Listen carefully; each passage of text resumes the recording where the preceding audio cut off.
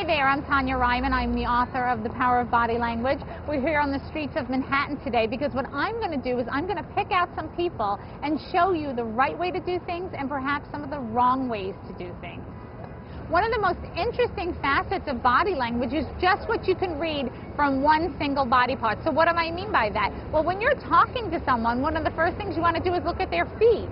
So if I'm talking to you straight on, yet my feet are pointed this way, you need to recognize that I'm on my way out. I'm not interested in what you have to say. I'm looking to move. So one of the things you always want to remember is the feet point to where their body wants to go. So this is a power position, and what that woman is demonstrating is that she feels good about herself. She's in what's known as a figure 4, which is a position that takes up more space than the average seating space. Her arms are pulled back, saying, I don't feel vulnerable, I'm powerful. One of the things that's interesting about men is they're always telling you unconsciously how sexual they are. So if you're walking towards a man and he has his hands in his pockets, you know what he's doing? He's trying to point out his best assets. So as you see these people walking through the streets, look at what their hands are doing. Are their hands pointed to their most significant areas? Because if they are, they're sending you a very strong message.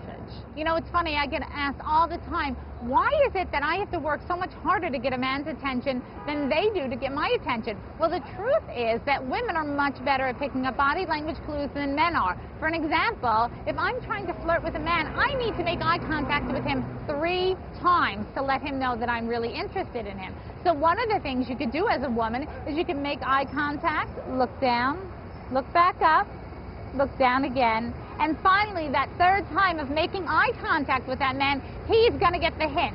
If you don't do it that way, ladies, they're never going to get the hint. How often are people surprised at what I tell them? Usually they're shocked. Usually people have no idea how they come across. And the interesting thing is, once you point out a simple clue to them, they suddenly go, oh my goodness, it's as if they had their aha moment. And their aha moment can change them forever.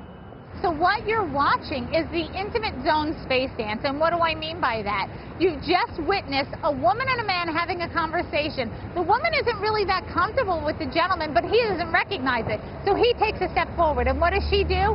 She takes a step back.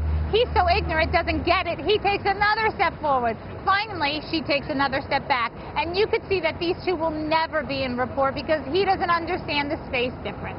So what you're seeing here is a couple holding hands. What's interesting about this is who is the more powerful of the two? Whose hand was on top? It was the man's hand. And if you watch people who hold hands, you'll notice typically the man does hold his hand on the top. And that's his way of demonstrating that he's the powerful one in the relationship.